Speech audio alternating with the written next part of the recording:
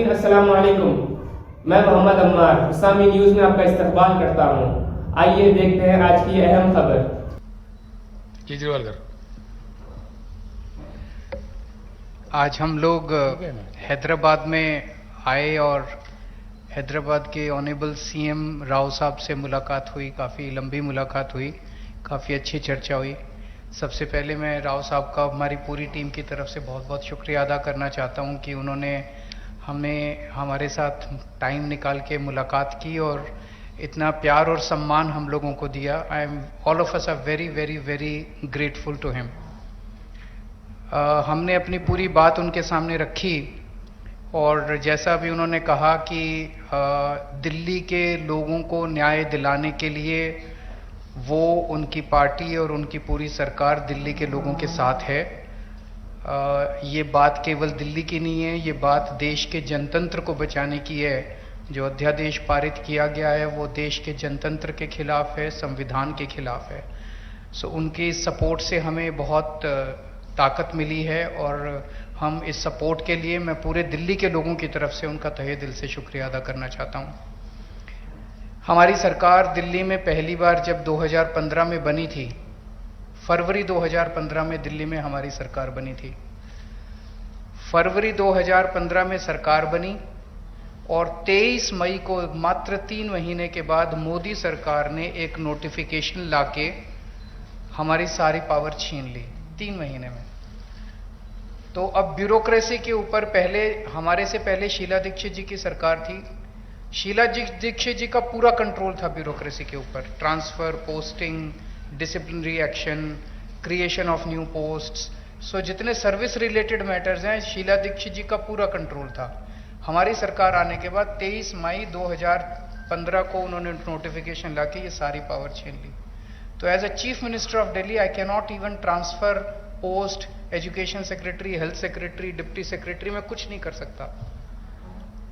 वो सारी पावर छीनने के बाद 8 साल तक दिल्ली के लोगों को उन्होंने अपंग करके रखा। हम दिल्ली के लोग 8 साल तक कोर्ट दर court, high court, supreme court लड़ते रहे।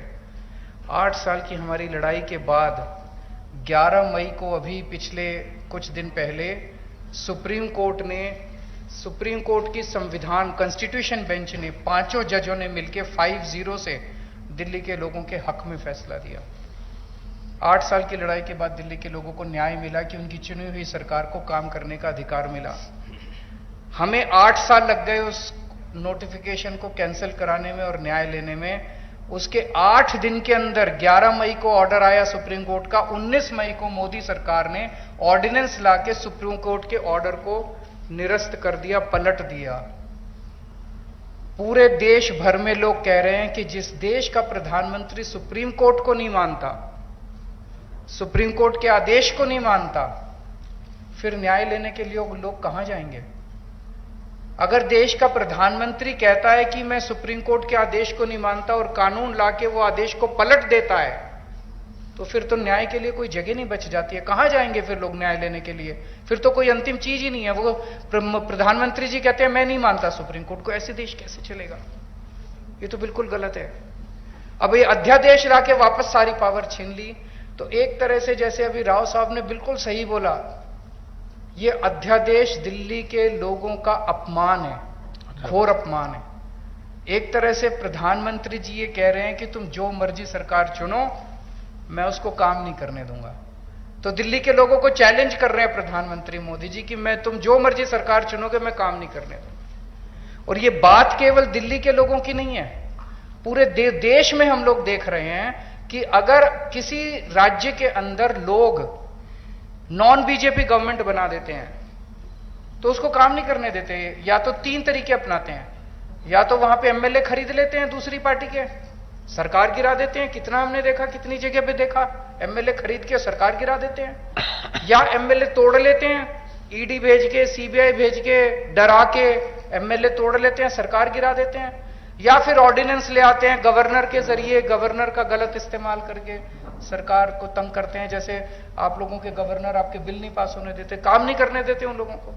तो इस तरह से मैसेज ये है कि अगर कोई भी राज्य के लोग नॉन बीजेपी सरकार बनाएंगे तो हम उसको काम नहीं करने देंगे, सरकार तोड़ देंगे। ऐसे देश नहीं चल सकता। ये तो बहुत खतरनाक स्थिति है पूरे देश के सामने। मैं जो पूरे देश भर में घूम रहा हूं समर्थन मांगते हुए, मैं केवल अपने लिए समर्थन नहीं मांग रहा, मैं देश के संविधान के लिए और देश के जनतंत्र के लिए समर्थन मांग रहा हूं। हमारे जो स्वतंत्रता सेनानियों ने लड़ाई लड़ी थी, वो ऐसे भारत के लिए लड़ाई थोड़ी लड़ी थी कि एक पार्टी आएगी सेंटर के अंदर, वो पार्टी बस एक ही पार्टी का पूरे देश के अंदर राज होगा।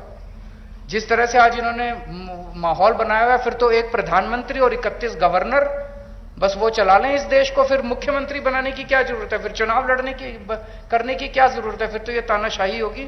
इस तानाशाही के खिलाफ हम लोग लड़ रहे हैं। राज्यसभा के अंदर जब ये बिल आएगा, राज्यसभा के अंदर बीजेपी के पास मेजॉरिटी नहीं है। बीजेपी के out of 238 MPs, BJP has only 93 MPs. BJP के पास मेजॉरिटी नहीं है। मैं फिर से शुक्रिया अदा करता हूं राव साहब का।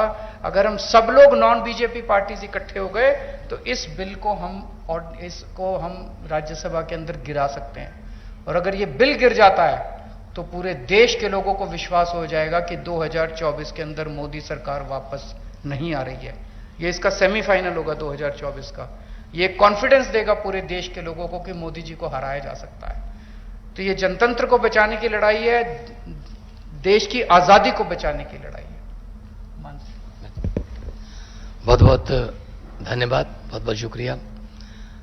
मैं माननीय मुख्यमंत्री तेलंगाना के चंद्रशेखर राव जी का बहुत बहुत आभार व्यक्त करता हूं कि उन्होंने हमें यहाँ बुला के घर पे मान सम्मान दिया, इज्जत दी।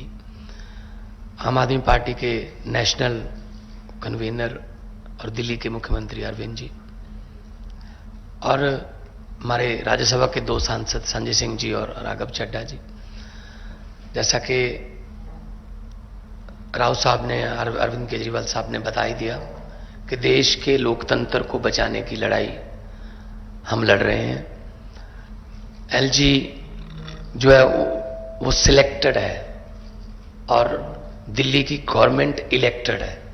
तो डेमोक्रेसी में इलेक्टेड जो लोग हैं वो फैसले लेते हैं, ना कि सिलेक्टेड। तो दिल्ली का तो पहले से ही ये कर रहे हैं, पूर्ण राज्य का दर्जा नहीं है, लेकिन फुल स्टेट्स को भी तंग किया जा रहा है। हमने पंजाब में 92 सीट्स जीती आउट ऑफ 117।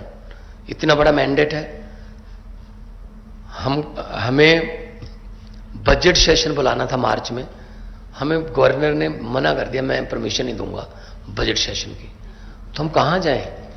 तो बजट सेशन के बिना मतलब स्टेट कैसे चलेगी? तो हम सुप्रीम कोर्ट गए।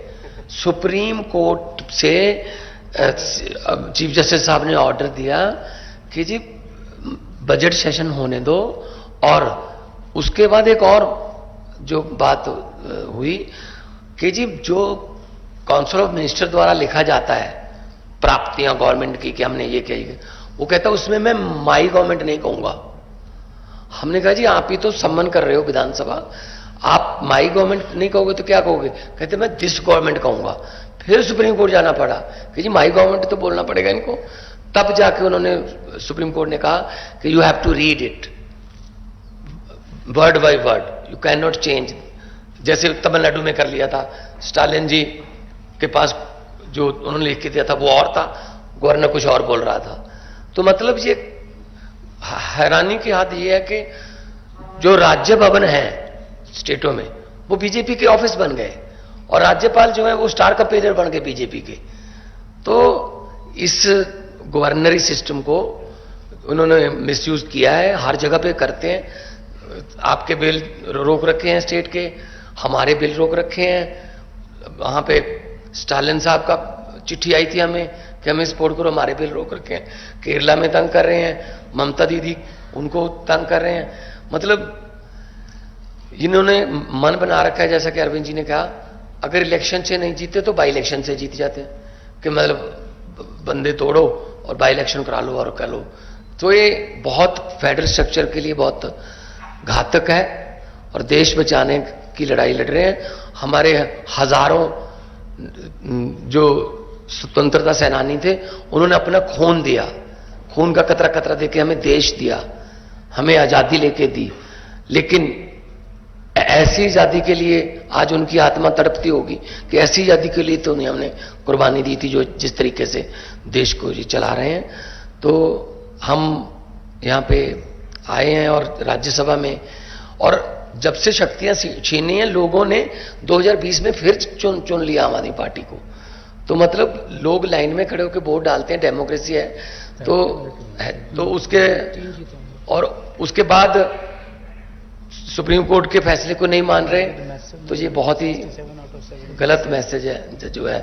वैसे तो हम biggest democracy of the world अपने आपको कहलाते हैं, लेकिन अगर देखा जाए तो ये काम नहीं करने दे रहे। आज नीति आयोग की बैठक हम नहीं गए, अरविंद जी भी नहीं गए, हम नहीं गए। कारण क्या, वहां क्या करना है, फोटो खिंचवाने जाते हैं बस।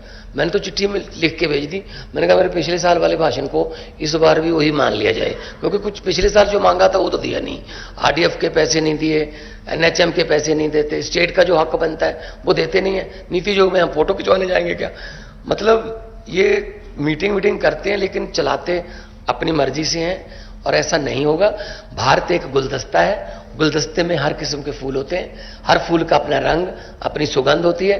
ये चाहते हैं एक ही जैसे फूल हों बस, लेकिन ऐसा नहीं चलेगा। सो जो देश भारत जो है एक माला है, और माला के जो मन के हैं वो अलग अलग होते हैं। इसीलिए मल्टी कल्चर कंट्री हमारा है, हर स्टेट की अपनी भाषा है, अपना कल्चर है, और इसको बचाने के लिए हम आज आए हैं। और मैं धन्यवाद करता हूँ जिन्होंने हमें यहाँ बुला के इज्जत तो दी। इससे पहले भी किसानों ने जो आंदोलन किया था, तो इन्होंने मुख्यमंत्री तेलंगाना आए चंडीगढ़ में, 700 से ज़्यादा इन्होंने जो शहीद हो गए थे किसान, उनको 2-2 लाख रुपए के चेक भी दे के आए हैं। तो हम लोग पूरे देश को एक मानने वाले हैं। जहाँ अच्छा काम हो रहा हो वहाँ हम जाते हैं। मैं चेक डैम देख के गया था, 2 दिन की मैं विजिट किया था। चेक डैम कैसे बने, हम भी अपना पानी जो है पंजाब का ग्राउंड लेवल पर बचाने के लिए, अच्छी चीज़ सीखने के लिए कहीं भी जाना पड़े जाएंगे। अपने देश को नंबर 1 बनाना है तो हमें इकट्ठे होकर काम करना पड़ेगा। Thank you.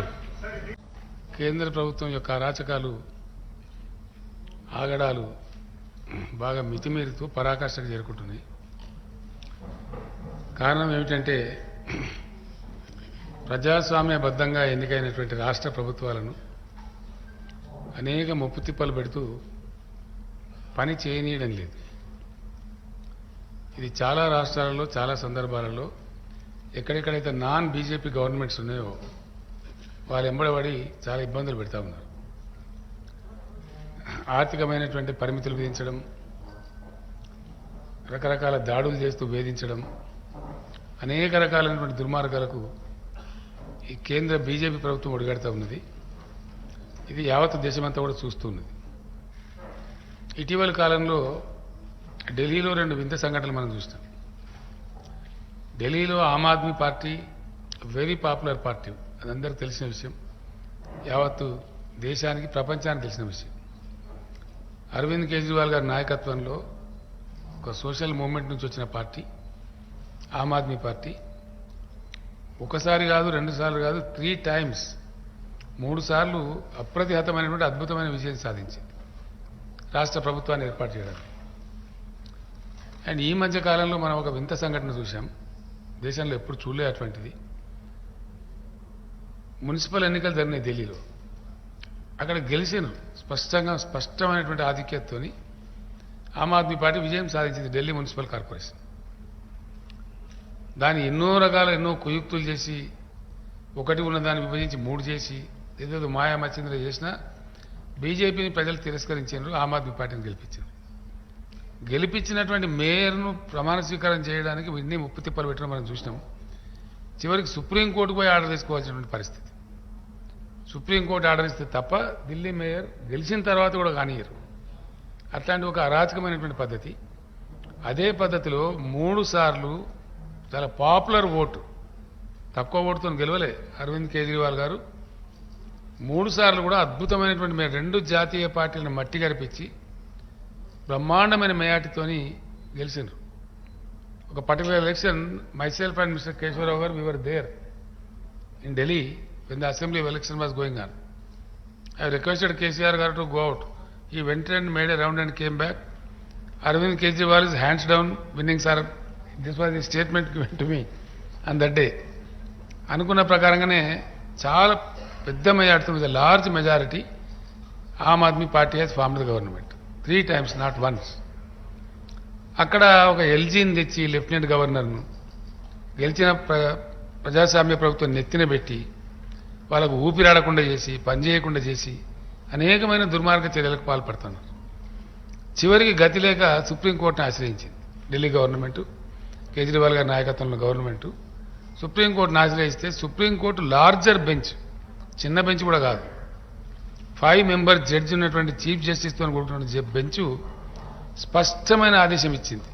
చాలా స్పష్టంగా కుండ బద్దలు కొట్టినట్టుగా రాష్ట్ర ప్రభుత్వం ప్రజల చేత ఎన్నుకోబడిన ప్రభుత్వ కిందనే అధికారులందరూ పనిచేయాలి.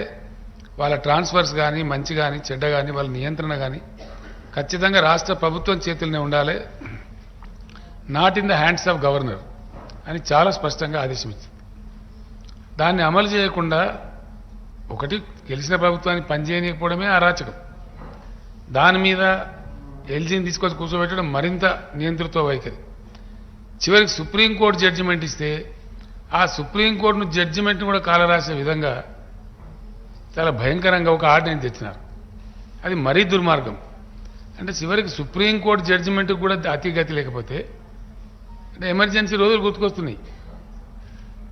ఏ ఎమర్జెన్సీకి వ్యతిరేకంగా నరేంద్ర మోడీ గారు బీజేపీ నాయకులు గొంతు చించుకొని మాట్లాడతారో ఎగ్జాక్ట్ ఇదే జరిగింది కదా ఎమర్జెన్సీకి ముందు. అలహాబాద్ హైకోర్టు జడ్జిమెంట్ తర్వాత ఆ జడ్జిమెంట్ను నలిఫై చేస్తూ రాజ్యాంగ సవరణ చేసినారు. సేమ్ ఇదే మోడల్లో అప్పుడు చేసినారు. ఆ రోజు దేశం, నేను అప్పటి నుంచి ఇప్పటిదాకా చెప్తా ఉన్నాను, ఆనాడు జయప్రకాష్ నారాయణ గారి నాయకత్వంలో మహా పవర్ఫుల్గా ఉన్నటువంటి ఇందిరాగాంధీ అనుకున్నటువంటి ఇందిరాగాంధీ గారిని ఇట్లా గిల్లి పాడేసింది దేశం, ఒక లోక్ నాయక్ జయప్రకాష్ నారాయణ యొక్క పిలుపు అందుకొని. అట్లాంటి ఉదాహరణలు ఎన్నో ఉన్నాయి. మళ్ళీ ఎవరైతే గెలిపించినారో ఇందిరాగాంధీ గారి ప్లేస్లో జనతా పార్టీని, వాళ్ళు తప్పులు చేస్తే మళ్ళీ వాళ్ళని గిల్లిపడేసి మళ్ళీ ఇందిరాగాంధీ గారిని గెలిపించినారు. So India reacts as and when there is something wrong, something grossly wrong, the country reacts. ఇప్పటికైనా మేము విజ్ఞప్తి చేస్తున్నాం, ప్రౌఢశానికి పోకుండా మీరు కూడా ఇందిరాగాంధీ అవలంబించిన ఎమర్జెన్సీ దారిలోనే ఉన్నారు. ఇప్పుడు డెఫినెట్గా మీకు వాళ్ళకి ఏం తేడా ఉందండి? ఎమర్జెన్సీ మీరు ఎట్లా నిందిస్తారు? ఇప్పుడు ఎమర్జెన్సీ ముందు కూడా సేమ్ ఇట్లాంటి సిచ్యువేషన్ ఉండే. అట్లాంటప్పుడు మీకు ఆ నైతిక హక్కు లేదు. మీరు we demand the prime minister to withdraw the ordinance yourself, or else we will all support Shri Arvind Kejriwal ji, will stand by him. ఆ ఆర్డినెన్స్ను ఓడించడానికి ఖచ్చితంగా లోక్సభలో రాజ్యసభలో మాకున్న శక్తి అంతా ప్రయోగించి ఆర్డినెన్స్ను ఫెయిల్ చేస్తాం, పాస్ కాకుండా చేస్తాం. కాబట్టి ఇప్పటికైనా కేంద్ర ప్రభుత్వం కళ్ళు తెరిచి you withdraw the ordinance yourself, unnecessary don't make an issue. Let the government leave, let the government work. కొన్ని మంచి పనులు జరిగినాయి ఢిల్లీలో. నేను వెళ్ళినప్పుడు కూడా కేజ్రీవాల్ గారు స్వయంగా నన్ను తీసుకెళ్లి చూపెట్టినారు. అక్కడ మొహల్లా క్లినిక్స్ కానీ, స్కూల్స్ కానీ, అక్కడ డ్రింకింగ్ వాటర్ సిస్టమ్ కానీ, అదేవిధంగా చాలా చక్కగా ఎలక్ట్రిసిటీ రంగంలో కొంత రాయితీలు ఇవ్వడం కానీ, పేదల గురించి నిరుపేదల గురించి అనేక మంచి కార్యక్రమాలు జరిగినాయి. మంచి పనులు జరుగుతూ ఉన్నాయి. అందుకే పాపులర్ గవర్నమెంట్ కాబట్టి ప్రజలు not once thrice the government was elected. అట్లాంటి పాపులర్ గవర్నమెంట్ని చేయడం మంచిది కాదు. బేసిక్గా ఒక మాటలో చెప్పానంటే Modi government today has insulted the people of the state of Delhi. I can say without iota of doubt, it is insult to the state, the Delhi state people. It is the public mandate. The government has not been nominated by anybody. Government has been mandated by the people of Delhi state.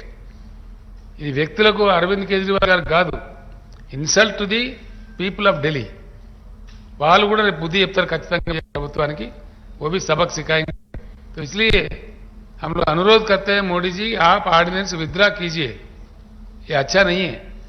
आप emergency की बात ही फिर दोहरा रहे हो, वही बात ला रहे हो. देश में इमरजेंसी आने से पहले भी ऐसी स्थितियां थे. जब इलाहाबाद हाईकोर्ट ने एक जजमेंट दिया उसके खिलाफ में ऐसे ऑर्डिनेंस जैसा कॉन्स्टिट्यूशन अमेंडमेंट करके गड़बड़ किए थे. उसके बाद बस फॉलोड बाय इमरजेंसी. आप भी उसी रास्ते में हो. भाजपा के नेता हमेशा गला पाड़ के बोलते हैं कि भाई इमरजेंसी के काले दिन, इमरजेंसी के काले, आप कौन से अच्छे दिन है? ये क्या अच्छे दिन है? इमरजेंसी के काले दिन से भी बुरा है. It's worse than emergency. You are not allowing the peoples elected, very popularly elected Delhi government to function. Even you are not able to honor the Supreme Court judgment. Then what else? Not honoring the Supreme Court larger bench judgment means going towards your journeys towards emergency only, which the country will refute. ये आपको सबक सिखाएगा. अभी कर्नाटक में सिखाया लोगों ने, आगे पूरे देश में सिखाएगा. इसीलिए हम अनुरोध करते हैं कि विड्रा कर लो अपने आप. जैसा आप किसानों का कानून, भूमि अध्यादेश का कानून, वो सारा विड्रा कर लिए थे. आप तो माफी के सौदागर हो, तो इसीलिए बेटर है अपने आप में विड्रा करो. आपने जो जंग छेड़ा है बिल्कुल गलत जंग छोड़ा है.